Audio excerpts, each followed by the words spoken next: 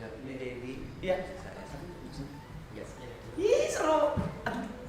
Masuk ke sebelah Saya saya. sih.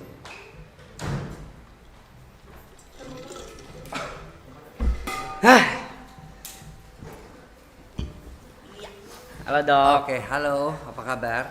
Halo semuanya, halo. Bilang halo, Dok. Halo, Dok. Halo semuanya, halo. Ini pertama kali ya datang ke stream kayak gini, Iya, pertama kali nih? Pertama kali. Biasanya ngobrol berdua. Iya, enggak, tapi ini emang stream ini isinya berempat sebenarnya. Oke. Gitu.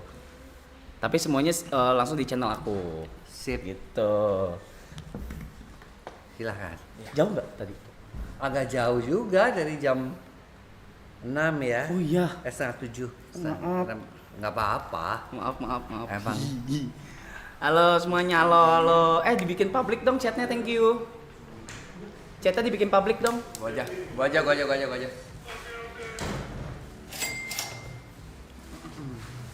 Ah. Ya beginilah kalau ini live stream kita nggak pernah berhenti. Iya. Rencananya live streamnya itu. Sampai malam terus besok. Iya, jadi kita pun tidur di sini, Dok. Ada kasur, nanti di sini kasur, tidur di sini gitu. Terus kita ada kegiatan kayak misalnya ada pilates waktu itu. Kemarin berkuda. Terus yang undang-undang gestar juga salah satunya dokter, dan terima kasih banget udah mau datang, karena nggak semua mau datang karena takut kan kayak ini live streamnya kayak gimana gitu, masih belum tahu gitu. Iya, belum ngerti ya. Iya. Alright, so one more time. Terima kasih Dr. Boyko udah datang. Semuanya chat W Dr. Boyko on the chat. Let's go. Nah, karena Dr. Boyko di sini, Iya. udah pasti dong pembahasannya apa, sudah tahu dong. Sudah tahu dong arahnya kemana, ya kan? Sebagai orang yang pernah menikah, pernah ya? Pernah, bukan masih. Sebagai orang yang pernah menikah, mungkin pengalaman saya jauh lebih banyak daripada adik-adik saya ini yang culun-culun ini. Yang lain belum menikah. Belum. Iya. Masih kecil malah umurnya. Masih kecil. 25 dong. Masih 25 gitu. Ada yang masih 19, ini nih 19. Jadi masih mungkin banyak banget pertanyaan di kepala mereka Iya, yang silahkan. iya kan? Iya kan? Mungkin dimulai dari Yuka. Yuka mau nanya Nih apa? Yuka mau nanya apa nih? Tadi katanya lu ada pertanyaan. Kalau dari saya mungkin kayak kan pornografi. Kalau saya tentang pornografi Oke. sih. Hah? Tentang Oke. pornografi kan katanya tuh benar-benar mengganggu sel otak ya katanya ya. Iya. Efek jangka panjangnya sama cara menanggulanginya sih kurang lebih. Iya. Apalagi buat anak-anak muda gitu kan. Oke. Tapi emang beneran berefek otak? Berefek. Jadi gini ya, yang namanya pornografi itu kenapa sih kok kalau kita nonton pornografi dilarang-larang oleh mata-mata kita, otak-otak kita. Jadi kalau kita mulai suka sekali dengan pornografi itu namanya I love it. kecanduan. Kayaknya nggak bisa lepas ya sama yang namanya pornografi itu. I love it. Nah, yang terjadi apa? Yang terjadi itu ketika kita nonton pornografi itu keluarlah hormon yang menyenangkan. Dopamin. Iya, dopamin, oksitosin, ya itu dia keluar tuh hormon cinta itu.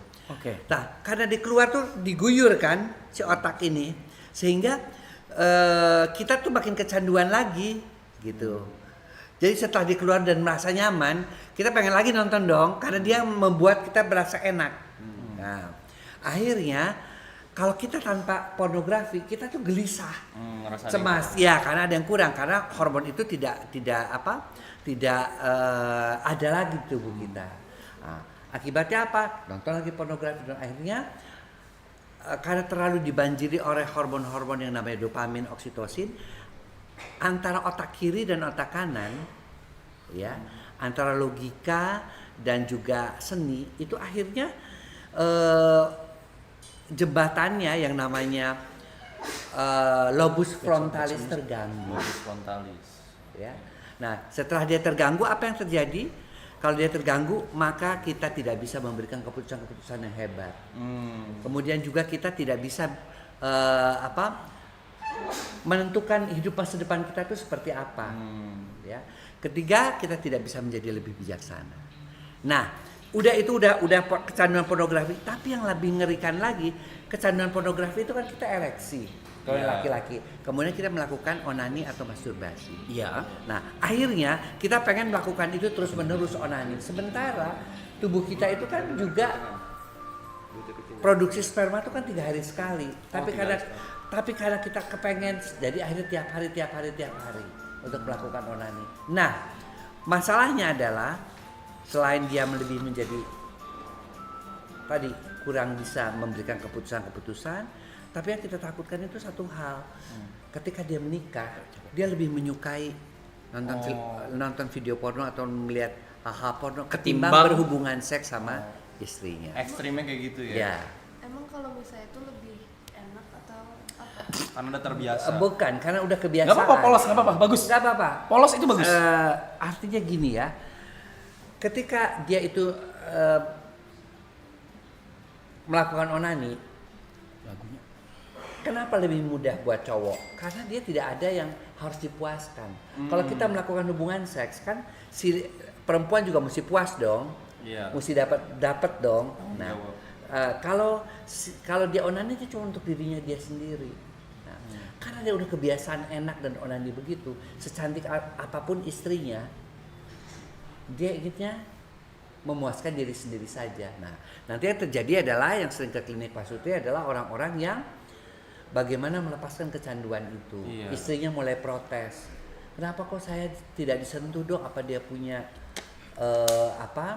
wanita idaman lain? Dan itu atau banyak terjadi, Dok. ya ternyata setelah kita coba telusuri ternyata dia kebiasaan atau kecanduan onani. Dan itu banyak terjadi, Dok. Banyak terjadi. Buset, baru tahu. Oke. Di kalangan orang anak-anak muda itu banyak terjadi itu. Bisik-bisik. Nggak apa-apa, tanya aja. Mumpung di sini, sumpah. Sumpah, kalau gue udah nyiapin pertanyaan satu tapi nanti belakangan. Satu. Tapi gue satu, tapi penasaran banget gue dari dulu pengen nanya ke dokter gue. yang lain. Tapi normalnya dok buat pasangan suami istri nih kalau misalkan buat berhubungan itu intensitasnya itu berapa per minggu? atau Tergantung umur. tergantung umur. Kalau yang muda 20-30 tuh bisa seminggu 3 kali 4 kali. Tapi kalau di atas 31 sampai 40 tuh seminggu 2-3 kali. Oh. Kemudian di atas lagi nanti di atas 41-50 seminggu 1 sampai 2 kali. 60 biasanya seminggu sekali. 2 kali kalau dia sampai 2 kali juga nggak apa-apa. Oke. Kalau teman saya ada yang sehari 2 kali normal nggak sih? Di atas 30 sehari 2 kali. Kalau memang dua-duanya stamina-nya bagus nggak masalah. Pengantin baru kalau orang baru nikah umur berapapun kadang-kadang sehari sampai 3 kali kayak minum obat kan. Iya. Tapi dok kalau misalnya dia nggak ada nggak sih orang yang benar-benar nggak tertarik sama Nah, itu namanya hiposeksual. Ah, Hipo itu Hiposeksual. rendah, seksnya rendah. Oh, aseksual. Nah, atau aseksual sama sekali tidak. Oh bukan. Nah, ini kan rendah aja. Oh, rendah. Rendah Masih aja ada. itu hipo, masih ada sedikit-sedikit gitu. Tapi mungkin dia melakukan hubungan seksnya cuma sebulan sekali. Nah, itu kita sebutnya hipo. Oh hipo dia. Hiposeksual. apakah Ada. itu wajar? Untuk hiposeksual? Ya. Tidak wajar. Tidak Itu harus wajar. diobatin. Biasanya dokter akan berikan obat-obatan supaya dia itu menjadi lebih bergairah lagi terhadap pasangannya. Yang laki-laki juga menjadi lebih agresif lagi. Karena ada beberapa juga laki-laki yang mungkin mereka berkamuflasenya, ya habis saya kerja dok, habis saya capek, Iya, saya juga banyak teman yang work kayak nggak mood. alcoholic. Jadi saya nggak tertarik lagi. Itu bukan itu. Kamu memang tidak hiposeksual. itu bisa sebulan sekali. 2 Nanti bulan kita sekali cek tuh testosteronnya biasanya rendah hormon laki-lakinya. Oh. Atau kita cek juga ketertarikan dia sama si istrinya tuh seperti apa, gitu loh. Kecanduan pornografi apa enggak? Oke. And how about kalau hiposeksual? And how about hypersexual? Itu wajar atau tidak? Hypersen juga cukup banyak ya di klinik itu namanya nymphomania kalau buat perempuan. Untuk laki-laki sama. Buat laki-laki namanya Donuanism. Donuanism. Nah, kalau itu kebalikan. Itu pulang ke rumah pun istri dihajar lagi terus-terusan. Lagi masak di dapur. Iya, dia langsung dipeluk, langsung dibuka bajunya gitu sampai si perempuan juga akhirnya nggak merasa nyaman. Nah ternyata dia hiperseksual. Tapi mau hiposeksual, mau hiperseksual, dua-duanya Harus diobati. harus diobati. Berarti itu penyakit ya dok? Penyakit. Itu penyakit. Penyakit. Sure. It's okay. Oke. Hiperseksual berarti harus diobati ya? Iya, harus diobati. Supaya Supaya dia rendah, kasihan dong istrinya juga. Oke. Dan seakan-akan dia itu juga hidup itu hanya untuk seks dan kedua. Dia tidak merasakan kenikmatan hubungan seks. Jadi objek. Jadi ejakulasi tapi nggak kerasa. Kalau kita kan ejakulasi merasa enak, merasa nyaman, merasa damai. Dia enggak. Biasa aja kayak kencing biasa. Jadi akhirnya tidak ada kenikmatan apapun. Itu kecanduan atau Itu namanya hiperseksual, beda lagi. Kalau kecanduan itu tadi kalau kecanduan lebih kepada apa ya? Kalau hiperseksual itu lebih kepada frekuensi dan kualitasnya. Kalau kecanduan itu lebih kepada kualitas aja, bukan kualitas, frekuensinya aja. berarti hyperseksual itu bisa terjadi di cewek dan cowok? Cowok dua-duanya. Kan hiperseksual pada cowok itu namanya tadi donuanism, pada cewek nymphomania. Nah, saya justru yang paling kesian tuh kalau dapat cewek-cewek yang nymphomania. Dia itu nanti bisa lama-lama menjadi pekerja seks. Atau dia itu sampai saking kebutuhannya itu tinggi, dia sampai akhirnya nyewa gigolo dan sebagainya. Atau seks sama gue gratis sama teman kerjanya, sampai dikenal tuh di lingkungannya itu. Lu kalau mau nyobain, mana dia cantik lagi, kalau mau nyobain dia gratis. Tapi dia itu juga tidak menikmati hubungan seksnya itu gitu loh. Dia hanya pengen nyoba sama cowok kayak begini, mudah-mudahan dia bisa membuat saya orgasme dengan yang ini, pengen nyoba juga sama yang ini, tapi dia tidak pernah bisa mendapatkan kepuasan. Buat kebutuhannya doang. Iya. Sekarang lagi rame di TikTok dan di social media itu tentang whole face. Hah? Whole face. Itu Whole face. Old. Whole. It's Oh, face. Apa itu? Aku juga enggak terlalu nonton. ya kayak ini cewek tuh ada zaman-zamannya tuh pengen nyobain sana sini intinya. Iya. Whole face. Nah, kalau yang namanya whole face yang kayak gitu, kita nggak bisa tentukan bahwa dia hiperseksual apa enggak. Kalau dia menikmati hubungan seksnya kan dia tidak hiperseksual. Kalau hiperseksual tuh hampir, jadi yang kalau saya datang ke tempat saya itu sampai dia bilang, saya tuh kadang-kadang ngelihat laki itu pengen melakukan gitu. Sama setiap laki, kalau sama yang kayak gini bisa nggak ya memuaskan gue? Kalau sama yang begini bisa nggak ya aku orgasme? Kalau kayak gini, karena akhirnya buat saya datar-datar aja dok. Nah itu, kita obati kenapa dia dulu sampai jadi hiperseksual. Apakah dia waktu kecilnya pernah melihat ibunya melakukan hubungan seks dengan laki-laki lain, ataukah ketika dulunya dia itu merasa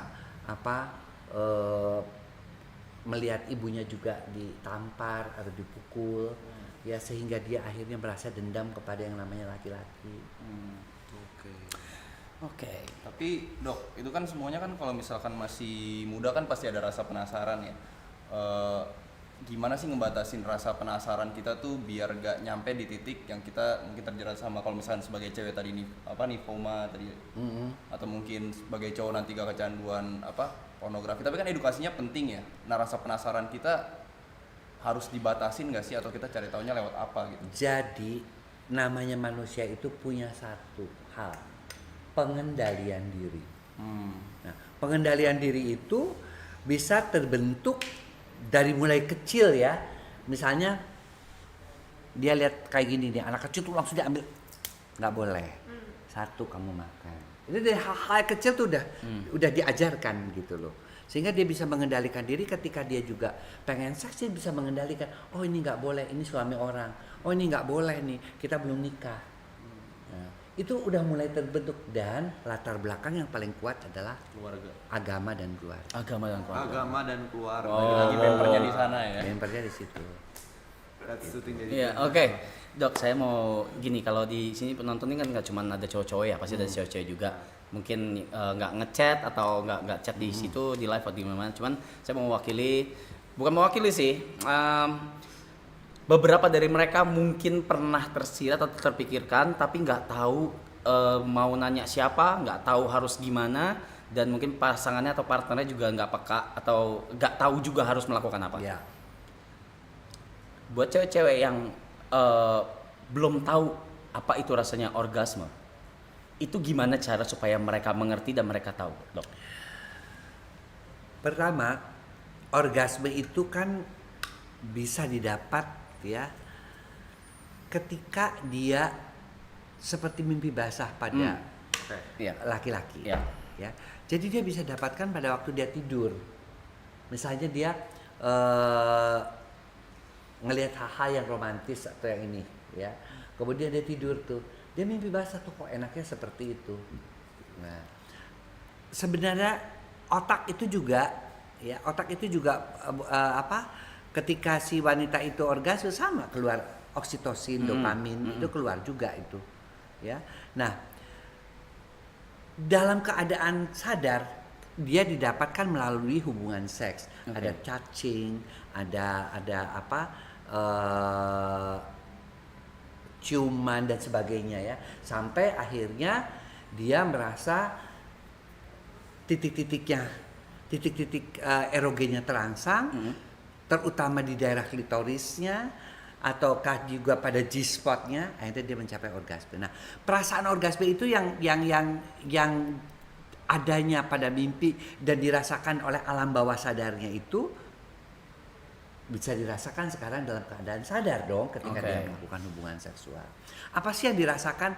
Pertama, orang Prancis mengatakan itu adalah petit mal, artinya kematian kecil, seperti orang merasa melayang, ya. Kedua, apa yang terjadi pada tubuhnya, ya? Pertama adalah dia secara fisik yang namanya disebut dengan kejang. Oke. Kejang. Ya, setiap 0,7 detik jadi dari sini. Kayak kesetrum gitu, kejang naik. Ya. Naik sampai di atas, kemudian si vagina itu seakan-akan menghisap penis. Makanya pria kalau yang pintar tahu, dia nggak orgasme nih.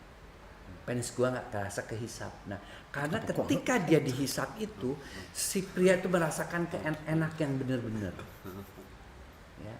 Kemudian udah dihisap begitu, si Mr. P-nya dijepit, dihisap, kemudian terjadi getaran-getaran pada Miss V-nya, pada vagina. Caranya tidur atau Bukan. caranya gimana dong? Loh, caranya si pria itu harus merangsang sedemikian rupa sehingga si wanita itu ya pada titik kan tadi dari mulai foreplay-nya, misalnya dari mulai ciuman, titik-titiknya dirangsang, payudaranya dihisap, kemudian lehernya dicilat, puting susunya dihisap. Nah, itu semua akhirnya mengakibatkan si wanita itu orgasme, dan orgasme itu yang dirasakan oleh pria adalah seperti itu. Si wanita juga ngerasa dia ngerasa nggak seperti melayang, tapi si pria yang ngerasa seperti penisnya itu terhisap dan bergetar oleh karena vaginanya juga ikut bergetar. Saya punya pertanyaan, Dok. G-spot wanita tuh beda-beda gak sih? Maksudnya kayak tiap orang beda gak sih? Beda. Beda, Tapi secara umum, sekali lagi, secara umum kalau kita mau mencarinya ya, kemudian saya kan dokter kandungan, jadi tahu kita masuk, kemudian kira-kira sepertiga atas vagina antara jam 11 dan jam 1. Itu ada lekukan seperti kita koin ya, koin 100 rupiah yang kecil itu kita ada. Nah, itu pun kita harus bisa menentukan. Kalau G-spot itu kita terlalu keras memegangnya, kan kalau kita lihat di BF kadang-kadang sampai begitu, enggak itu salah. Itu dia akan kesakitan. Tapi kalau dia itu terlalu lunak, terlalu pelan ya, itu juga nggak akan terangsang G-spotnya. Mesti pas ya. Jadi mesti pas. Seperti apa? Orang mengatakan seperti menulis di dalam kaca berembun. Ngebatik. Kalau kata kaca berembun, kamu tulis begitu tuh, saya kelihatan tulisannya. Nah, seperti itu kekerasan. Tulis kaca berembun. Wow. Itu baru dapat namanya G-spot. Apa bedanya? Kalau orgasmenya klitoral, dia itu tajam, cepet set, terus langsung kejang, si wanitanya juga seperti kejang. Tapi kalau orgasme G-spot, dia itu kecil pelan-pelan, kemudian dia itu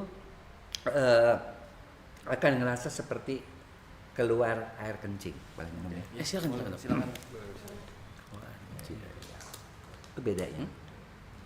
Gitu guys bedanya ya guys ya. Suara kencing. Kayak seperti kencing, tapi bukan air kencing. Tapi kalau keluar cairannya, keluar nyemprot. Tapi juga bukan sperma. Bukan. Itu yang namanya Bukan ya? orgasme G-spot. Bukan ya? Oke. Jadi kita pernah coba tuh beberapa peneliti melakukan penelitian, diambil tuh cairannya, dicek, nggak ada yang sama, nggak sperma, nggak prostat, tapi khusus untuk cairan pada wanita. Ada sebutannya nggak tuh? Tapi semua cewek bisa. Hanya 60-70%. Tidak semua wanita punya G-spot. G-spot itu ditemukan oleh dokter kandungan namanya Gravenberg. Dia seorang ahli kandungan dari Jerman. Jerman. Right. Oke. I see. Nanya nggak Jod, lu kan mau nikah tahun depan. Iya, mau nikah. Tanya nggak? Nggak. Kalau teman saya ada yang ketertarikannya tuh sampai yang Temen saya mulu. Temen saya ketertarikan seksual mulu. tuh jauh di bawah umur dia gitu loh, bisa sampai 12 sampai 15. Gila lu. Gua ngomongin loh. Iya, cuma 12 sampai 15 apa kali sehari? Enggak, umurnya jauh gapnya. Misalnya nih teman saya misalnya umur 37, dia tuh ketertarikan ke 23, 22 gitu. Wajar Itu nggak suatu sih? hal yang wajar, Wajar pada ya? yang muda-muda itu dia tertarik.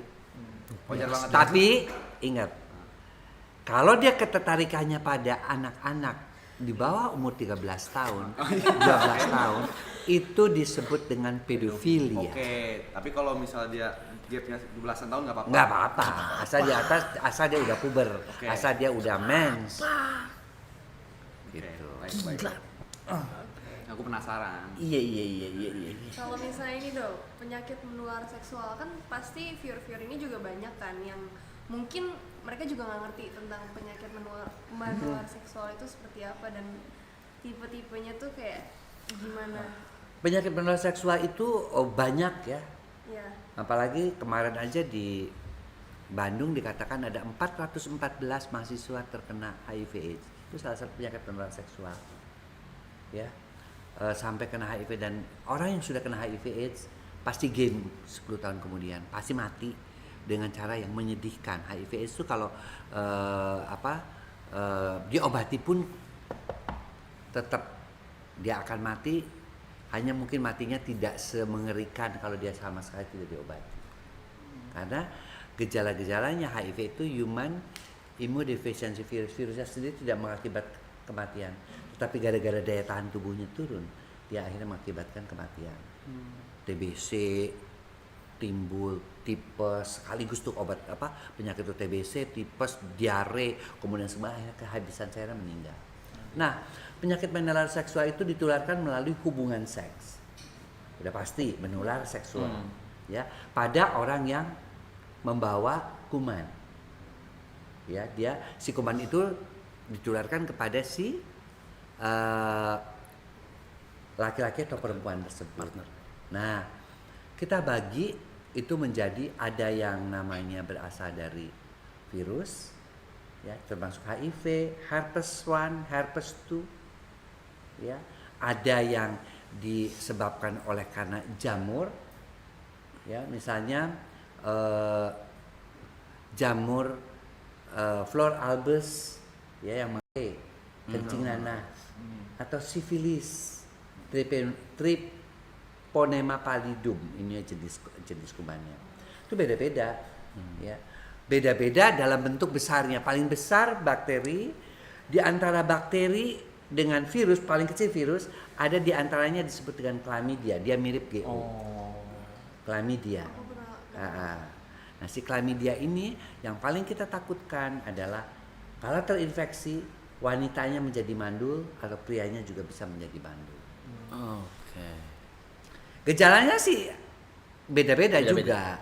Ada yang kalau pada wanita keputihan, biasanya pada wanita keputihan. Tapi jenis keputihannya mungkin kalau jamur gatal, kalau chlamydia kehijauan, kalau misalnya GO hijau banget. Kalau dia misalnya trichomonas dia bau dan ada darah. Kalau seperti itu. Jadi itu memang ya harus belajar di kedokteran untuk bisa mengetahui hal-hal tersebut. Mau nanya lagi dok, itu kan tadi udah bahas penyakit menular seksual ya. Buat menangani atau buat kita minimalisir nih kemungkinan kita terkena gitu. Dalam tanda kutip mungkin safe sex kali ya bilangnya. Apa yang mesti kita lakuin gitu? Pertama, kamu yakinkan bahwa pasangan kamu itu juga tidak berganti-ganti pasangan. Satu. Setia berarti ya, harus setia. Harus setia. Kan ada ABC. Abstinensia, jangan melakukan hubungan seks dengan orang yang tidak kamu kenal. B, be faithful, setia kepada pasangan. C, gunakan kondom. Nah, jadi kalau mau safe sex itu ya 3 itu tadi. ABC itu ya. ya. ABC tadi. Jadi harus tahu. Tambah lagi sekarang DE, don't inject. Inject untuk menghindarkan HIV/AIDS. Karena sekarang HIV/AIDS banyak ditemukan pada penggunaan jarum suntik. Jarum suntik. Drugs, ya. Ya. Kemudian E, edukasi. Seperti ini adalah edukasi. Oke, yeay. Tapi itu beberapa nih yang bisa disembuhkan. HIV/AIDS nggak bisa sembuh. Herpes 1 dan herpes 2 sembuh bisa. Namun kalau daya tahan tubuh itu karena dia virusnya dormant, kadang-kadang dia kambuh lagi kalau daya tahan tubuhnya turun. Kalau jamur juga. Jamur bisa sembuh. GO bisa sembuh, sifilis bisa sembuh. HIV Yang bisa. agak susah tuh yang penyebabnya virus, herpes ataupun HIV ya. udah. Kan gue mau lebih sensitif lagi dok. Izin nanya. Buat cowok-cowok mikropenis, itu gimana caranya mereka membahagiakan istrinya? I'm not. I'm good. Intinya, Jadi Kan banyak. orang dengan mikropenis pertama kita harus lihat dulu, ya. Kenapa dia sampai jadi mikropenis? Itu dari kecil. Biasanya dari kecil Dari karena kecil kan? gemuk, Oh, oke. gendut. oh, Jadi ketika seseorang itu gemuk, ya, seseorang itu gemuk, maka yang diproduksi oleh lemak-lemak tubuhnya adalah hormon kebalikannya. Kalau dia laki-laki, hormon perempuan yang disebut dengan aromatisasi lemak, ya, yang akhirnya menjadi estrogen. Estrogen itu akan menekan testosteron, hormon pada laki-laki. Si testosteron itu karena tidak berkembang secara baik, akhirnya dia cuma sedikit. Akibatnya perkembangan penis yang dipicu oleh testosteron menjadi tidak sempurna. Terjadilah dia yang namanya Mikropenis. mikropenis. Sekecil apa?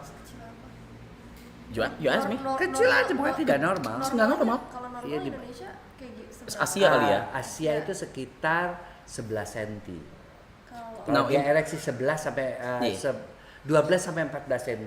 Now- 11 pasti kita anggap masih normal, masih bisa. 11. kalau Gitu. mikropenis Kalau mikropenis di bawah itu pada saat ereksi cuman 8, cuman 7.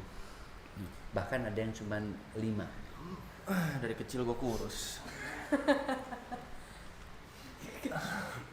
Oh iya. 11 di Asia 11 ya? Iya. Berarti ya. Dan terus bagaimana cara terus mereka punya pasangan gitu. Nah. Terus gimana cara mereka membahagiakan pasangan? Kalau di kita digedein dulu. Bisa. Is it possible? Bisa. Is it possible? 11 sampai 13 tahun masih bisa kita bantu. Di atas 14 tahun pengalaman saya sendiri ya, artinya mengobati itu biasanya nambahlah 1 cm. Lumayan kan, setengah sampai 1 cm dengan pemberian hormon testosteron. Meskipun golden periodnya adalah 11 sampai 13 cm. Segini dok. Nambahnya? Iya, nambah 1 cm. Apa? oke. Ngaruh ya? Coba teman lagi. Tambahin lagi. Biar 4 cm. Oh, gede sih. Gede sih. Panjang sih, banyak. Gitu. Jadi guys, harus dari kecil dilihat dulu guys, dari umur 11 sampai 13 baru Diurut. Diurut. Apa nih? Bisa kan ada- diurut. Urut nggak ada yang bisa memperbesar itu. Enggak ya, itu mitos. Mitos. Mitos. Obat-obatan dok, kayak misalnya yang di mungkin di daerah-daerah yang kayak diapain lah ada dikekop, dibungkus. Nggak ada. Enggak ada ya. Di Irian ada yang namanya daun bungkus-bungkus. Yang terjadi adalah gatal. Dan karena gatal alergi dia merah, kadang-kadang Bengkak. bernanah, bengkak. Oh gedenya karena Karena Yang kedua di daerah Indonesia Timur, khususnya di daerah Maluku, ada yang suka disuntik-suntik, itu diisi suntiknya getah itu sampai akhirnya penisnya mengalami peradangan dan pernanahan. Akhirnya harus diamputasi atau dipotong. Bukannya gede tapi malah diamputasi. Thank you. I'm good. Sini dong, nanya yang sopan di sini dong. Ya udah. Obat kuat gitu yang pil biru lah atau apa yang bikin kayak Sini nanya obat kuat guys. Oke. Gua nggak Obat ngerti. kuat itu obat-obat. ada yang namanya aphrodisiac. Itu adalah obat-obat yang meningkatkan gairah seks. Oh yang di bokep-bokep Ya. tuh. Oke. Ada efek sampingnya nggak dok? Obat kalau herbal biasanya nggak ada. Kalau yang dijual-jual di pinggir Kalau ada itu yang bahaya, darah ular misalnya, empedu, ular kobra, otak monyet, itu kan semua dianggap obat kuat. Padahal sih kadang-kadang anak tikus yang masih di dalam perut ibunya itu ditangkap, kemudian dihamil tikusnya itu terus dibelek, masih hidup-hidup dimasukin ke dalam itu. Ada yang kayak gitu di Cina, di mana itu sebenarnya berbahaya sekali. Ya, dan efeknya juga tidak ada. Tapi kalau obat kuat di pinggir itu untuk seksualitas itu sebenarnya ngefek banget berarti. Enggak ada. Enggak juga. Sugesti. Tergantung. Jadi kita mesti melihat tuh obat kuat pertama isinya apa. Kemudian kita harus lihat isinya itu gunanya buat apa. Apakah bekerja di otak, apakah bekerja di persarafan, apakah melebarkan pembuluh darah. Nah, kemudian yang kedua, herbal atau bukan. Kalau herbal masih oke lah, masih aman. Purwoceng, tongkat ali, sanrego, ya, kemudian tribulus, yohimbit, itu masih dari akar-akaran masih oke lah. Tapi kalau sudah dicampur-campur yang empedu ular kobra, nah itu bahkan ketika orang itu makan empedu ular kobra itu semua untuk supaya ereksinya keras, ternyata di dalam empedu ular tuh banyak sekali virus. Akhirnya si pria itu meninggal karena radang otak, encephalitis. Saya mau nanya lagi dok, tadi kan udah bahas tentang obat kuat ya. Mau nanya kalau misalkan buat ningkatin nih, apa misalkan seks kita biar berkualitas atau sperma jadi lebih bagus, dari lifestyle-nya tuh Ya. apa yang mesti diubah? Satu, selalu jalankan 4 pilar hidup sehat. Ya, yang pertama adalah makan, Dari makanan. pola makan. Makan. Satu, pola makan itu apa? Hindari 3G, gula, garam, gorengan. Dan gratisan mungkin satu kan. Dan gratisan. Makan suka banyak tuh kan, pada gratis kan. Kemudian yang kedua, ya tadi yang G itu garam, terutama pada ikan-ikan asin dan sebagainya itu. Kenapa? Dia bisa meningkatkan tekanan darah. Kalau gula bisa memicu yang namanya diabetes. 75% penyebab impotensi adalah diabetes. Oh gitu. Kemudian gorengan itu lemak. Minyak ya. Semua yang digoreng itu menjadi lemaknya menjadi trans, dan lemak trans itu menjadi penyebab kanker. Ya, dan menjubat pembuluh-pembuluh darah. Oke. Aliran darah tidak lancar, aliran darah ke penis tidak lancar, akhirnya impotensi. Itu makanan. Yang kedua adalah olahraga. Kalau orang tidak berolahraga, ya, maka dia pembuluh darahnya sulit untuk melebar, dan yang kedua hormon-hormonnya tidak bekerja dengan optimal. Oke, olahraga. Apapun berarti ya. Yang terutama kardio, Kardio. yaitu lari. Karena dengan begitu, dengan lari, dengan jogging, dengan jalan cepat, itu pembuluh darahnya akan terbuka. Kemudian olahraga itu melatih endorfin. Kalau orang olahraga kan bahagia, seneng gitu, keringatnya keluar. Nah itu hormon juga pada keluar. Oke. Ya. Kemudian yang ketiga, tidur yang cukup. 7 sampai 8 jam per hari. Jadi alkohol tidak masuk dalam list Alkohol tidak nanti itu Beda itu namanya kebiasaan buruk. Oke. Kebiasaan dulu. Gua cuma nanya.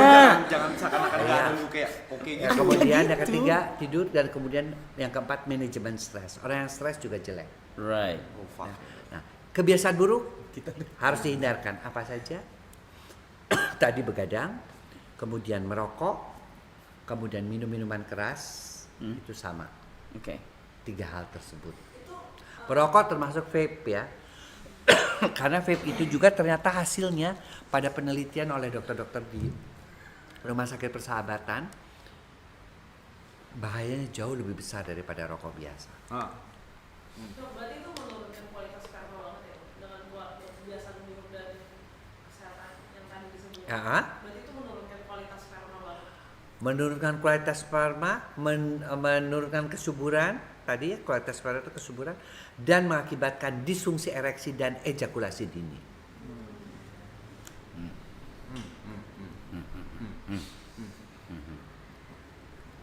Gitu. Misalnya kebiasaan buruk itu udah dijalanin dok, butuh berapa lama untuk recovery dengan dia perubahan lifestyle? Rokok efeknya bisa sampai 10 tahun. Minum kalau sampai kerusakan hati bisa sampai seumur hidup. Karena minuman keras, jadi anak jangan pikir orang-orang yang minuman keras itu jagoan ya. Enggak. Biasanya justru Parah. livernya rusak Iya. dan tidak bisa Bener. memproduksi Iya, kita hormon juga sih nggak setuju testosteron. banget sama kayak gitu-gitu minuman keras gitu. Gila bang. Parah banget orang-orang kayak gitu. 10 tahun ya dok ya. 10 tahun rokok. Rokok dong 10 tahun. Rokok tuh ini ya efeknya ya. Jadi seorang merokok, sudah kecanduan merokok, kemudian pembuluh darahnya tuh kita ambil. Nah, terlihatlah di situ yang namanya plak. Plak itu penempelan pada pembuluh darah ya, arteriosklerosis, penebalan pembuluh darah. 10 tahun kemudian dicek lagi masih ada. Right. Gue olahraga mulu. Iya. Iya kan? Gue juga. Mulai besok kalian terakhir berenang udah terus kan? Iya. Tadi kita baru berenang. Untung yang di sini Ya, kita sehat. bagus. Sempet lah, Bandung mah sempet. Dulu tapi Dulu sempet. pas muda. Sekarang udah enggak sih. Oke, ini udah berapa lama nih kita nih ngobrol nih? Udah setengah jam ya. Setengah jam lagi. Duh, masa Jauh. pertanyaan ultimate gue Dok. sekarang? Ya lu dulu deh. Kalau misalnya open relationship gimana? Gini. Enggak kan banyak kan? Banyak kan open relationship itu saya menghormati itu kok. mental atau Saya gimana? belajar seks itu kan di luar. Karena di Indonesia kan nggak ada, ya. Untuk men sexuality-nya belajarnya di Milan di Itali. Kemudian untuk yang namanya marital terapinya di Belanda. Kemudian untuk yang penyimpangan seksualnya juga ada di Belanda tuh. Kemudian HIV/AIDS-nya di Australia, seks edukasinya belajarnya di Jepang. Ya. Nah, kita kan gabung karena saya dari luar, jadi open marriage itu di beberapa negara is oke. Jepang nggak, masih meskipun udah nerima tapi masih malu-malu. Apalagi kalau negara-negara Timur Tengah, negara-negara agama Islam sama sekali nggak boleh. Ketahuan melakukan begitu bisa cambuk dan sebagainya. Nah, ada baiknya ada negatifnya. Open marriage itu yang paling kita takutkan adalah penyakit kelamin. Ya. Karena apa? Karena yang namanya penyakit kelamin itu kan karena dia open marriage itu kan dia lo boleh sama yang lain, gue juga boleh sama yang lain. Kita marriage hanya sekedar status sosial. Itu mereka nggak puas satu sama lain. Iya, nggak puas satu sama lain. Artinya gini, pokoknya urusan seks, lu bebas, gue bebas. Nggak Tapi be kita faithful. tinggal di satu rumah, kita punya anak. Kadang-kadang bahkan anaknya pun kalau kita tes DNA itu belum tentu anak dari Anaknya. si suaminya. Oke. Nah, yang paling sering itu adalah HIV, ya. Dan kalau udah mulai open marriage, kalau menurut saya ngapain kawin? Iya kan? Jadi YB aja. Lo hanya membuat penderita si anak itu. Iya, betul. Anak itu melihat bapak ibunya kerjanya Ganti-ganti. menukar cewek, menukar cowok. Nah, akhirnya apa sih, anak itu stres. Ada yang sampai bunuh diri. Beberapa anak yang lahir dari yang jangankan dari open marriage, dari perselingkuhan aja. Bapaknya selingkuh, anak itu langsung. Ada yang akhirnya narkoba, ada yang akhirnya juga dia melakukan kehamilan yang tidak diinginkan. Ketika saya tanya kenapa kamu sampai hamil, apa kamu sengaja, Dok? Biar orang tua saya juga. Kamu nggak tahu siapa bapaknya? Nggak tahu. Sengaja. Sengaja dia balas dendam kepada ayah ibunya. Saya pernah punya pasien begitu. Ibunya sampai nangis-nangis Iya, kan. aku abis itu sering nonton TikTok, ada yang kayak orang luar negeri gitu frap trip apa sih suami istri tapi 3 orang kayak Itu namanya rame banget trisam. Bukan yang suami Atau yang orgi. Kalau Iya, orgi dia cincin. tukar menukar istri. Kamu kan bangsanya trisam, orgi itu di Indonesia juga banyak. Cuman nggak diungkap aja. Mereka-mereka yang sudah uangnya kadang-kadang juga berlebih ya, sudah tidak lagi mikir mengenai makan, mengenai apa. Mereka menginginkan sesuatu yang berbeda. Pesta di dalam tahun baru tukar menukar Oh, saya mau nanya deh, kan ada juga pasangan. pernikahan yang belum pengen, saya belum menunda punya anak. Kontrasepsi yang paling aman itu apa? Dok? Pil aman. Ya, atau karena pil itu gini, dari penelitian, pil itu kalau kita hentikan makan pil, ya, dia kembalinya kesuburan itu sekitar 3 bulan 6 bulan. Jadi kalau kamu bilang, duh saya mau hamil bulan ini aja tahun depan, tapi bulan Januari kurangi 3 bulan, November udah berhenti pilnya. Pil itu apa? Pil KB. Pil KB. Oh. Dengan pil KB itu kita bisa menentukan kapan kita bisa hamil dan merencanakan untuk kehamilan tersebut. Spiral boleh, tapi yang masang mesti yang jago, dia mesti ini. Dan spiral itu harus spiral yang ukurannya paling kecil karena belum rahimnya kan belum pernah melahirkan, jadi belum pernah ada bayi di dalamnya. Gitu. Ada yang mau nanya lagi? gue ultimate. Udah. Gue dulu. Oh, dulu. Ada tekniknya dok kalau mau anak kembar gitu? Iya lagi. Gue penasaran. Iya lagi. Oh iya. Anak kembar harus ada keturunan kembar. Harus ada. Harus. Genetik. Dan dia itu pun kalau udah genetik hanya kemungkinannya 20%. 20%. Tapi kalau misalkan ada 30%. paman saya punya anak kembar gitu, berarti saya ada chance gitu. Ada chance. Cuma yang paling bagus tuh kalau kalau orang tua kembar anak ke anak. Kalau ke paman itu berkurang dari 20% menjadi 5%, 6% saja. Bukan keluarin 2 kali gitu, Dok. Iya kan? Enggak. Enggak. Dek gitu. Enggak. Enggak ya? Enggak ya? Enggak bisa ya? Dia harus ada kembar. Jadi ketika ada kembar itu ada yang dua telur, artinya si perempuannya itu mengeluarkan 2 telur kemudian dibuahi, anaknya bisa laki dan perempuan. Tapi ada yang kembar 1 telur, artinya setelah dibuahi si telur itu membelah. Masing-masing berkembang lagi sendiri jadi janin, ini juga jadi janin. Itu yang disebut dengan kembar identik. Yang benar sama ya. Ya. Kayak gue sama Cristiano Ronaldo. Oh iya. Siap. Kayak gue. Dan masih banyak juga tuh yang nggak tahu kalau kembar itu bisa cewek sama cowok kan, Dok? Iya, bisa. Bisa kan? Bisa. 2 telur ya artinya. Hmm. Bisa cowok sama cowok, bisa cewek sama cowok, bisa cewek sama cewek juga. Seru ya? Sama, Bisa ya. gue masih ada pertanyaan. Tanya, gue Ya. ultimate. Oke, kan penyimpangan seksual itu kan banyak ya, Dok? Iya. Kayak bestialisme, nekrofilia Ah. segala macam.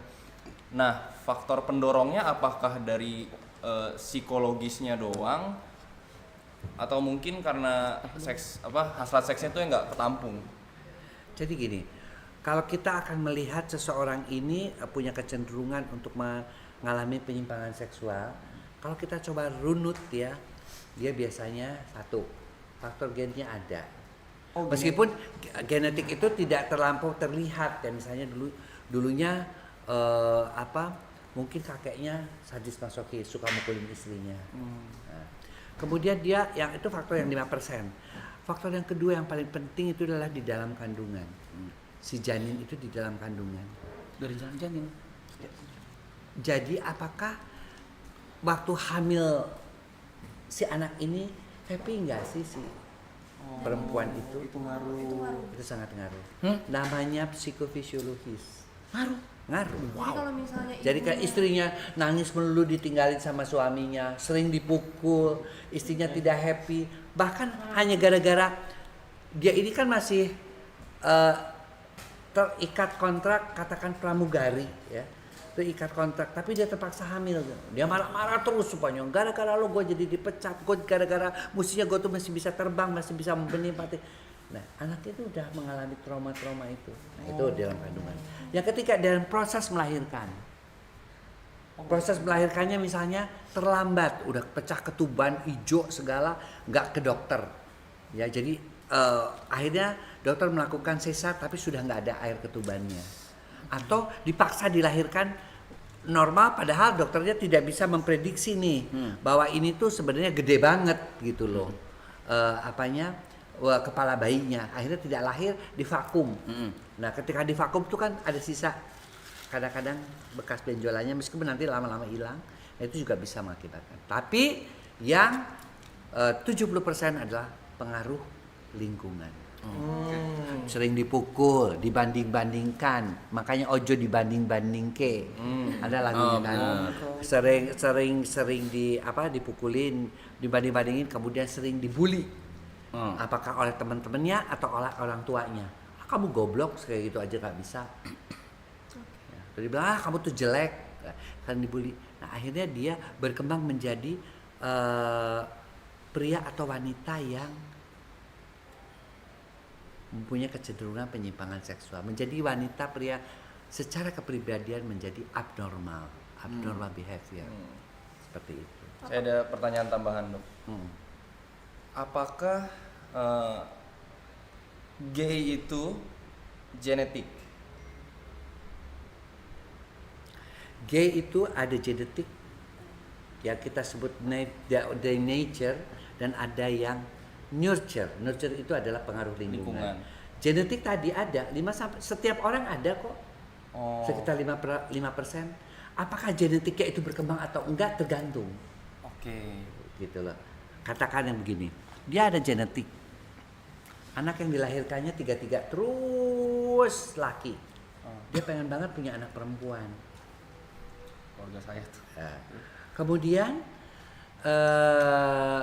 ketika dia anak laki, karena dia pengen punya anak perempuan dari kecil, dia pasti anak perempuan kok, gue udah punya 2 anak laki, pasti ini anak perempuan. Terus dia mulai tuh untuk menunjukkan dia anak perempuan, dandan yang cantik, seakan-akan psikologisnya udah begitu. Ketika lahir laki-laki, kecewa si wanita itu. Kemudian dia memperlakukan anak laki-lakinya seperti perempuan, kasih bajunya pink, diajarin masak sama ibunya, karena karena di dalam benak dia ini anak perempuan. Akhirnya dia menjadi gay. Dia akan mencari sosok-sosok laki-laki. Berarti figur ayah tuh penting banget. Sangat. Beberapa kasus-kasus yang saya tangani, kan saya juga banyak kasus-kasus gay ya, yang banyak orang tuanya biasanya nggak bisa nerima. Nah, mereka itu terlalu dekat dengan ibu, anak laki-laki terlalu dekat dengan ibu, anak perempuan terlalu dekat dengan ayah. Tadi aku baca pertanyaan dari situ, efek samping dari obat-obatan yang buat Mental lagi ya obat ya. tadi ada obatnya. Kok dari komen ya? Iya, efek samping obat-obatan dari yang buat gugurin kandungan tuh kedepannya efek sampingnya apa? Semua obat-obat penggugur kandungan tentunya merusak rahim. Ya, akibatnya apa? Yang paling sering ya susah untuk hamil. Untuk hamil lagi. Kan ada beberapa kita pernah kok saya lihat kok hasil normal, hormon normal. Dia hanya tertarik pada wanita yang menggunakan stocking, atau dia meminta istrinya cosplay. Menggunakan kebaya waktu mau hubungan seks. Ada pernah tuh yang namanya kebaya merah itu kan, ya, it's okay. Tapi dia kan tidak meragukan, hanya dia mungkin ketertarikannya itu terhadap sesuatu hal yang bendanya itu bukan seksual. Kan orang kalau fetis sama payudara tobrut apa kan, ya itu kan oke lah ya, sama si organ seksual gitulah. Apa? Iya, itu kan non seksual. Kalau pada vagina, pada bibir, pada payudara, pada bokong, pada daerah-daerah yang seksual itu masih oke. Tapi di non seksual, pada stocking, pada kaki, pada bulu ketek, dan itu juga fetis. Bulu ketek kan orang nggak terlalu, orang kalau malah ngelihat nggak suka kan bulu keteknya suruh cukur. Kalau dia justru ngelihat bulu ketek itu malah dia terangsang. Nah, itu fetis. Fetis itu ada yang pernah sampai konsultasi ke dokter gak, Dok? Oh, ada. Kalau ada apa yang paling aneh, Ada. Dok? paling aneh itu yang dokter pernah itu yang popok bayi kan. Jadi dia itu kalau mau hubungan seks harus cium dulu popok bayi. Nah popoknya tuh dia melihat popok bayi itu dia baru bisa ereksi. Nah mungkin saya melihatnya waktu kecil itu mungkin dia dikasih pampers dan dia bilang sampai cukup lama, sampai umur berapa tahun. Sementara kan anak-anak kecil juga sudah mulai belajar ereksi kan sebenarnya kan. Nah disitulah dia mendapat kenyamanan dengan popok bayi. Jadi mau hubungan seks sama istrinya itu bingung istrinya kenapa dia harus nyium-nyium dulu popok bayi atau dia harus sediakan dulu popok bayi baru dia bisa. God damn. Tadi That's ada pertanyaan dari komen dok, apakah blowjob bisa menjadi salah satu penyebab penularan seksual? Ya, kalau yang di blowjobnya itu mengandung penyakit kelamin GO misalnya. Nah dokter pernah dapat ya sariawan yang tidak sembuh-sembuh ya dan yang mengaku sudah pernah melakukan dan dia juga udah ngerti setelah dia itu kok saya setelah blowjob itu tiba-tiba batuk, sakit, pilek yang terus menerus gak sembuh-sembuh. Jadi pas kita lihat merah kayak gitu ya, kemudian juga biasanya kan itu waktu saya masih sebelum jadi dokter seksologi, waktu masih dokter umum, akhirnya kita kasih antibiotik ya dan ternyata kita karena dia nggak sembuh-sembuh kan diambil tuh cairan di ininya di tenggorokannya. Ternyata isinya adalah Diplococcus gonorrhoeae.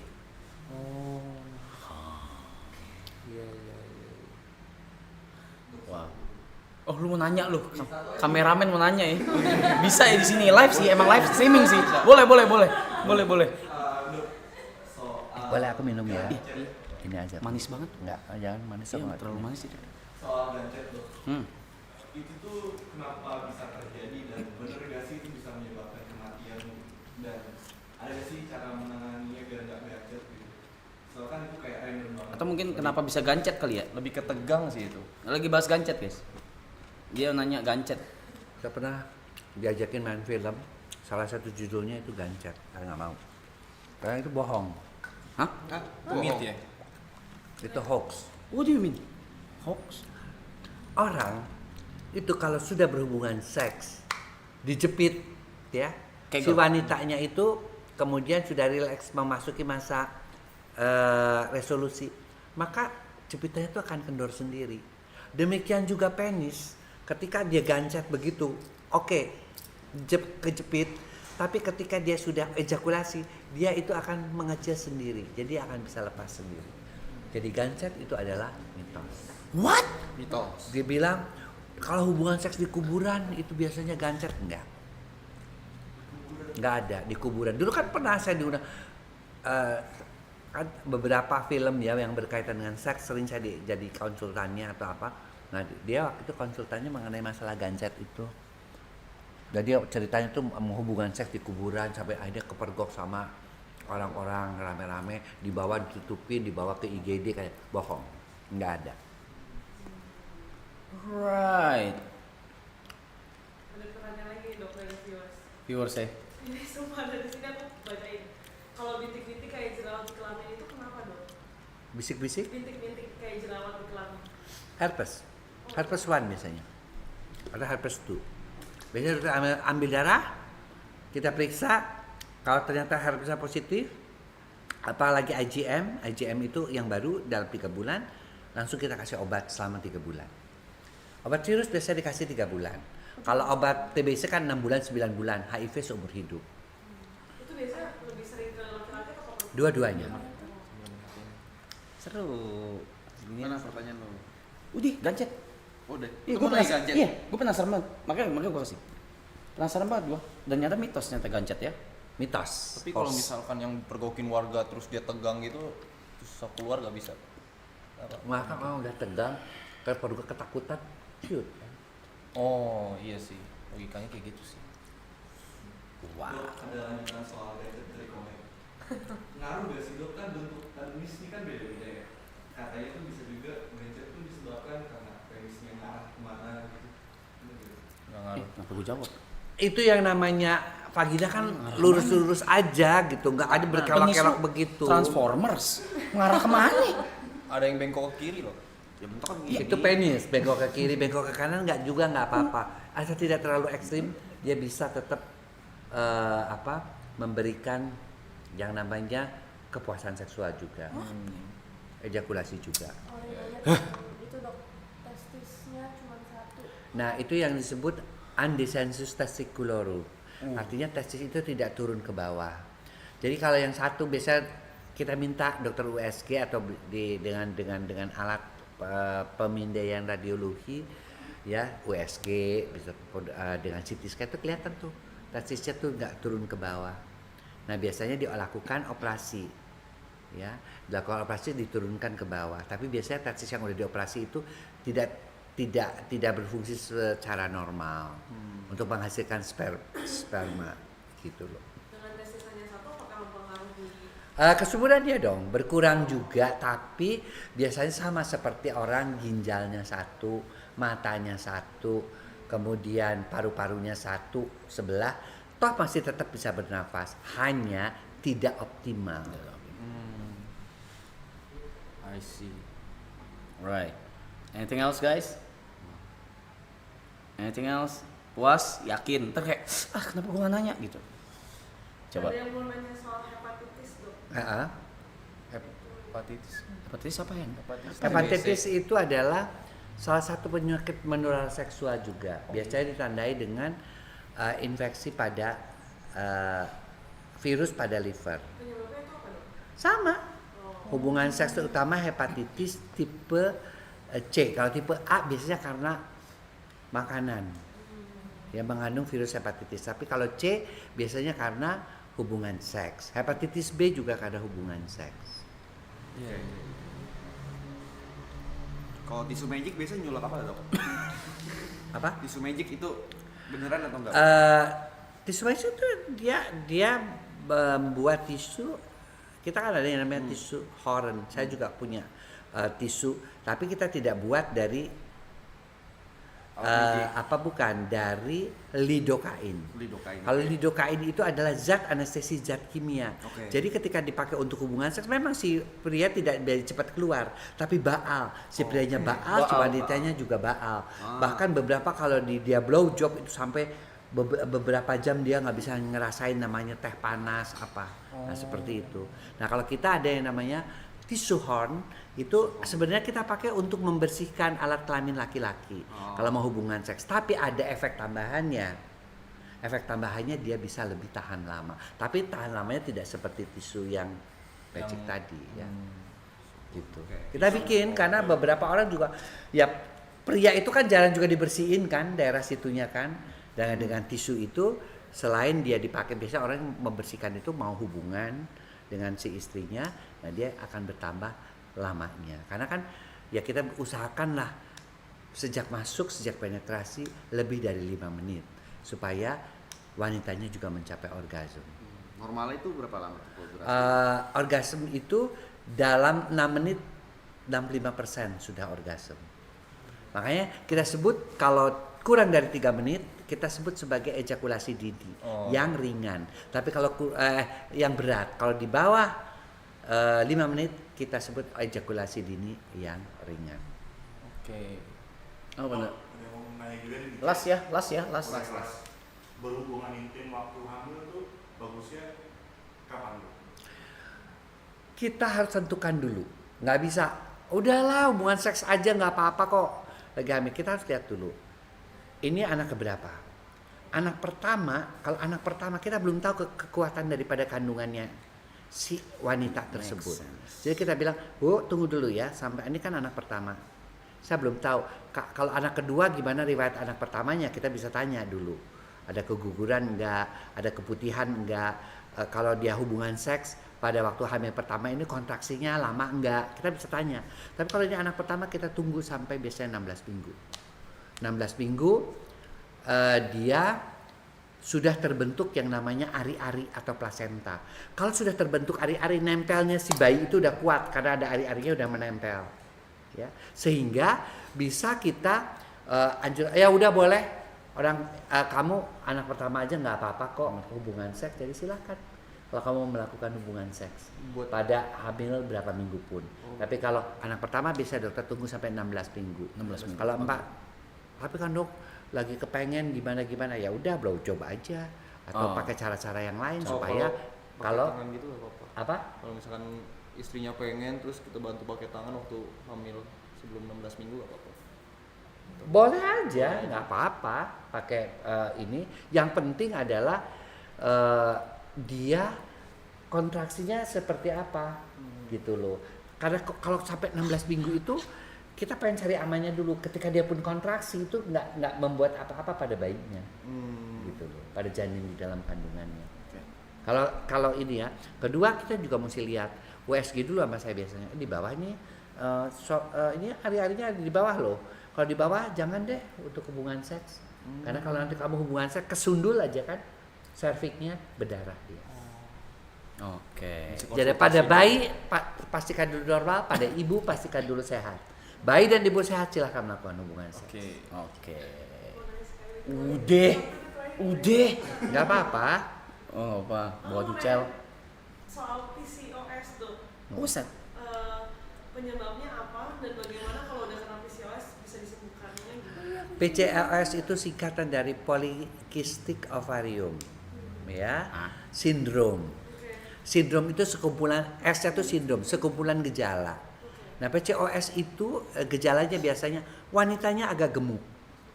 Gemuk tadi, kalau gemuk dia menghasilkan hormon lawannya, hormon laki-laki. Artinya testosteronnya lebih tinggi. Apa? Wanita itu agak berkumis. Sering timbul jerawat-jerawat nih. Mensnya menjadi tidak teratur. Kadang mens, kadang enggak. Kemudian yang juga sering itu warna bulunya lebih banyak. Nah, akibatnya apa? Kalau dia testosteronnya tinggi, maka produksi hormon perempuannya kan tertahan kan. Akibatnya apa? Telurnya nggak mateng-mateng, telurnya kecil-kecil. Ditandai dengan mens yang tidak teratur. Penyebabnya apa dok bisa kena PCOS? PCOS ke satu, obesitas paling sering dokter temukan. Terus gak Kalau kurus bisa PCOS tapi hormon dari awalnya sudah jelek. Bawaan gitu loh. kalau kayak gitu penyembuhannya gimana? Menyembuhkannya PCOS-nya diobati. Yaitu hormonnya dimatangkan. Telurnya dimatangkan dengan memberikan yang namanya pemicu ovulasi, obat-obat pemicu ovulasi. Obat-obat pemicu ovulasi itu adalah obat-obat yang bisa membuat telur yang tadinya kecil menjadi besar dan kemudian lepas sehingga bisa dibuahi oleh sperma. Terus kalau Nah, dokter juga udah menemukan ya beberapa PCOS ini, akhirnya dokter bikin namanya Femita. Femita itu semacam obatan dari tradisional yang dulu dalam bentuk jamu, dokter bikin dalam bentuk kapsul. Itu bisa membantu untuk orang-orang yang PCOS. Apa namanya, Dok? Femita. Femita. Kalau untuk laki-laki untuk sperm, dokter punya yang namanya Pronimil. Itu buat yang mereka yang merokok, buat mereka yang begadang. Apa dok? Ya. Ini kalau kaitan dengan kesuburan ya. Kalau kaitan dengan ereksi, dokter punya yang namanya Pro-Elki. Pro-Elki itu untuk isinya ginseng untuk membuat laki-laki ereksinya keras dan bisa mengobati ejakulasi dini. Itu contoh-contoh aja. Kenapa sih dokter berkonsentrasi situ? Karena pasien-pasien dokter mengalami itu semua dan kita pengen memberikan pengobatan yang herbal. Karena obat-obat chemical itu kan orang takut. Betul. Gitu loh. tapi kalau misalnya aku lagi menstruasi, aku Sakit. biasanya sakit Nah, banget pakai sampai yang namanya Femilove. Femilove itu bisa mengurangi keputihan dan mengurangi rasa sakit saat menstruasi. Itu isinya adalah majakani, itu dapat dari Iran ya, itunya. Kemudian dicampur dengan tumbuh-tumbuhan dari Indonesia. Karena Indonesia itu adalah dengan tumbuh-tumbuhan nomor 2 terbanyak di dunia. Nomor 1 adalah Brasilia. Nah, tumbuh-tumbuhan itu semua Tuhan ciptakan untuk pengobatan. berarti Nah, itu diteliti dan formula-formulanya, karena dokter kan sebagai dokter kandungan juga sebagai dokter seks, itu formulanya juga dokter yang buat. Oke. Gitu loh. Dokter pelajari itu apa isinya, seperti misalnya untuk membantu penyuburan bisa dipakai D5. Untuk naikin hormon testosteron, untuk membantu seorang wanita itu mempunyai kulit yang bagus, kemudian anaknya juga bagus, makan banyak alpukat. Gitu loh. Berarti PCOS itu tetap ada kemungkinan Udah. bisa hamil kan dok? PCOS itu bisa hamil asal diobati. Udah sin. Yang Kan nanti kamu pakai Femita aja. Beberapa pasien-pasien PCOS boleh bisa Femita Femilove ya. Femita. Kalau Femilove buat nyeri haid, kemudian buat keputihan. Saya aku pakai obat-obat yang ada di drugstore, berarti Better chemical. mendingan yang non chemical deh. Mendingan kita penggunaan herbal yang sudah terverifikasi, yang sudah ada penelitiannya, ya. Dan obat-obat tertentu biasanya satu, udah ada BPOM-nya, jadi sudah terjamin, sudah ada penelitiannya, sudah ada halalnya, tidak mengandung yang intinya itu ya, B ya. Kemudian yang ketiga, biasanya ada foto dokternya di situ. Kalau mau beli di mana dok? Bisa di online ya, Ada di kayak di mana aja Shopee, Tokopedia, atau bisa di ini online di klinik Pasutri Dokter. Bisa ditanyakan di situ. Nanti kan saya kan punya IG ya yang bisa di follow @drboyke_dianugraha. Nah di situ tuh ada yang namanya bio Link. linknya. Nah di situ bisa dicari ya. Atau juga bisa juga karena dokter sering juga ngejawab di YouTube Kacamata DR Boyke. Kacamata Dokter Boyke. Oke, sekali itu Jadi silakan ya yang mau tanya. belanja. Tadi apa dok yang buat perokok? Buat perokok Pro Elki coba deh. Kalau Pro Elki itu Pro Elki. dia bisa membantu. Dua ya. Kalau kamu mau keras dan tahan lama Pro Elki. Oke. Tapi kalau kamu mau spermanya banyak ya dan cepat bisa menghamili pasanganmu, kamu pakai namanya Pronimel. Pronimel. Oke. Pro LQ, Pro Nimel guys. W Pro LQ and Pro Nimel in the chat. Itu dokter yang bikin kok. Pro Elki itu sudah sejak tahun 2004 sampai sekarang sudah 21 tahun. Pengen langsung punya anak dia.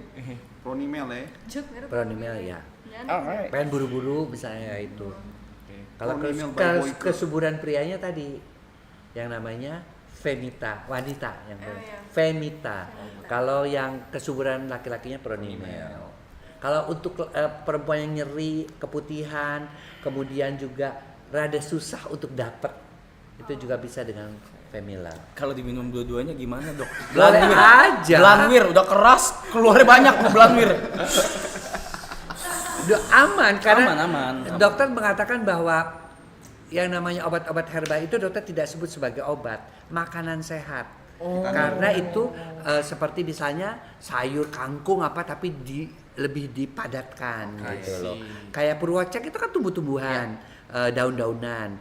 Itu dibikin jadi teh, tapi dibikin juga jadi kapsul bisa. Jadi itu kan sebenarnya makanan aja. Jadi dia tidak akan mengganggu ginjal, dia tidak mengakibatkan ketergantungan dan jauh lebih aman. Oke. Baik. Terakhir deh, dok, buat closing statement dan Iya. kata hari ini boleh lihat ke Kamera atas, kamera. ya. Silakan. Ini aja kata Tarsan. Biar kelihatan. Oke. Iya. Buat Closing para set viewers, Dok. tentang seks apa kayak gitu dok? Closingnya. Iya. Nah, buat sahabat-sahabat yang nonton di sini ya, ini kan acara streaming terus. Pertama, ya untuk kita supaya kita mendapatkan keturunan yang baik, kemudian juga kita bisa menghasilkan generasi yang berkualitas. Say no to free sex, say no to drugs. Ya. Karena dua hal itulah yang menghancurkan generasi-generasi muda kita. Ya. Dan yang terpenting juga adalah jangan takut untuk mendapatkan edukasi seks. Ya. Dan jangan malu. Karena dengan kamu teredukasi, kamu tercerahkan, maka kamu akan selamat menjalani kehidupan di dunia ini. Artinya apa? Artinya kamu bisa menjalani kehidupan yang jauh lebih sehat. Ingat, pola hidup sehat, pola makan, pola olahraga, pola tidur, dan manajemen stres. Hindarkan kebiasaan buruk, merokok, minuman keras, begadang. Itu hal-hal yang bisa membuat kualitas organ reproduksimu tetap sehat. Ya. Dan bisa menghasilkan juga nanti generasi atau janin yang sehat juga. Itu aja. Dan kalau kamu sudah ada gangguan-gangguan, Kalau kamu malu ke dokter ya silahkan coba untuk tadi ya. Produk-produk dokter juga memang diciptakan buat mereka-mereka yang malu datang ke dokter. Tapi kalau kamu dengan produk-produk tersebut juga bilang belum tertolong karena berat kan biasanya penyakitnya, maka konsultasilah ke dokter untuk mendapatkan pengobatan yang benar. Oke. Tepuk tangan. Terima kasih dokter, udah Sama. waktunya. Oke. Yuk sama-sama silakan. Terima kasih dok. Foto, Oke. fotonya. Oh foto yuk. Foto-foto. Kita foto dong di sini. Sini, dari sini mana? Kamu fotoin dari situ mana? Ya. Sini. Nggak salah nih lihat fotonya. Ini nih. Kita. Oh ya. 1, 2, 3, 1, 2, 3 lagi 1, 2, 3. Oke. Terima kasih. Dokter, terima kasih. Sama-sama. Oh, pakai lagi boleh. Oh, dari dokter. Oke. Nanti dokter masukin juga di IG. Iya. Live streaming dengan apa namanya? Bahasa Arab. Oke. Dok, Yuk makasih, Dok. sama-sama sukses selalu ya Reza ya. Sukses juga nih, hebat juga nih udah bikin kayak gini. Ini kan acara yang jarang-jarang. Makasih dong. Iya. Aku foto bertiga. Iya boleh boleh. Sini, Pak. Sini, Gimana? Atau di depan.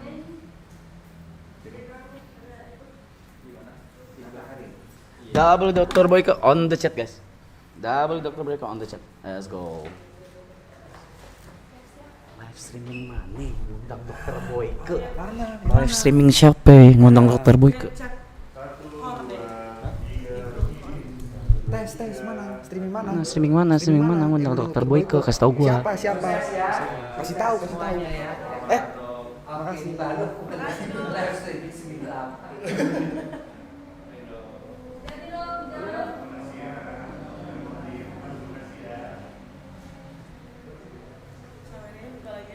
Udah? Pola hidup nggak sehat, nggak baik. Gak punya John. Katanya nggak boleh rokok.